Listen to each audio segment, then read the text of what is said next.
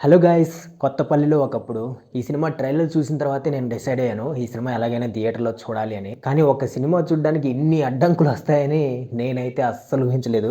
ఈ మధ్య కాలంలో ఒక సినిమా చూడ్డానికి నేను ఇంతలా ట్రై చేశాను. అయినా కానీ చివరికి సినిమా చూడలేకపోయాను. యాక్చువల్‌గా ఈ 'కొత్తపల్లిలో ఒకప్పుడు' సినిమా నిన్న ఫ్రైడే రిలీజ్ అయింది. జులై 18థ్. నిన్న ఈవినింగ్ సినిమాకెళ్దామంటే ఫుల్లు వర్షం హైదరాబాద్ మొత్తం. సో, థియేటర్‌కి వెళ్ళడానికి కుదరలేదు. సరే ఇవాళ ఈవినింగ్ ఎళ్దాం అని చెప్పేసి థియేటర్‌కి వెళ్ళాను. టికెట్ కూడా తీసుకొని వెయిట్ చేస్తున్నాను థియేటర్‌లో. కానీ అన్‌ఫార్చునేట్‌లీ ఏమైందంటే అనుకున్నంత ఆడియన్స్ రాలేదు. నాతో పాటు టికెట్ కౌంటర్‌లో ఇంకొక ఇద్దరు టికెట్ తీసుకున్నారు. సో, టోటల్‌గా రూ. 350 వర్త్ ఆఫ్ టికెట్స్ మాత్రమే సోల్డ్ అయ్యాయి. సో, దాంతో వాళ్ళు చివరికి షో క్యాన్సిల్ చేసేసారు. కానీ ఇక్కడ ఒక పెద్ద ట్విస్ట్ ఏంటంటే షో క్యాన్సిల్ అయిపోయిన 5 నిమిషాల తర్వాత థియేటర్‌కి ఒక 8 మందొచ్చారు. అప్పుడు అనుకున్నాను, అరే!